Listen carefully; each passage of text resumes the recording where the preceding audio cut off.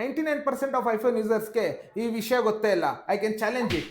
Yellow, pale yellow and white. ಕೆಲವೊಂದು time ಒಂದು ಪ್ರಶ್ನೆ ಬಂದಿರುತ್ತೆ. ಐಫೋನ್ ತೊಗೊಂಡಿರ್ತೀರಾ, ಫ್ರೆಂಡು ಸೇಮ್ ಮಾಡೆಲ್ ತೊಗೊಂಡಿರ್ತಾನೆ, ಬಟ್ ನಿಮ್ಮ ಸ್ಕ್ರೀನ್ ನೋಡೋದಕ್ಕೂ ಅವ್ನ ಸ್ಕ್ರೀನ್ ನೋಡೋದಕ್ಕೆ ಸ್ವಲ್ಪ ಡಿಫ್ರೆನ್ಸ್ ಇರುತ್ತೆ.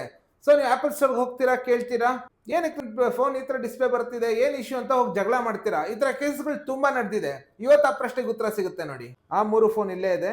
ಈ 3 ಫೋನಲ್ಲಿ ಏನು ಡಿಫ್ರೆನ್ಸ್ ಕಾಣಿಸುತ್ತೆ ನೋಡ್ಬೋದು ನೀವು. ಇದು ಬಂದು ವೈಟ್ ಸ್ಕ್ರೀನ್ ಅಂತಾರೆ, ಇದಕ್ಕೆ ಪೇಲ್ ಎಲ್ಲೋ ಅಂತಾರೆ, ಇದಕ್ಕೆ ಎಲ್ಲೋ ಅಂತಾರೆ. 3 ಕೂಡ apple original screens, but differentiate ಹೀಗಿದೆ. ಇಂಡಿಯಾದಲ್ಲಿ ಇದನ್ನೆಲ್ಲ ಕೇಳಲ್ಲ ಆ್ಯಕ್ಚುಲಿ.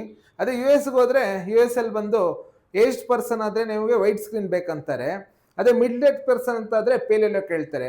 ಯೂತ್ ಬಂದ್ರೆ ಎಲ್ಲೋನೇ ಕೇಳ್ತಾರೆ. ಏನಕ್ಕೆ ಈ ಥರ ಡಿಸ್ಪ್ಲೇ ಬಿಟ್ಟಿದ್ದಾರೆ ಅಂದ್ರೆ ಆ ಏಜ್ ತಕ್ಕಂಗೆ ಅವ್ರವ್ರಿಗೆ ಯಾವ ಡಿಸ್ಪ್ಲೇ ಬೇಕೋ ತಗೋತಾರಷ್ಟೇ, ಇನ್ನೇನು ಇಲ್ಲ.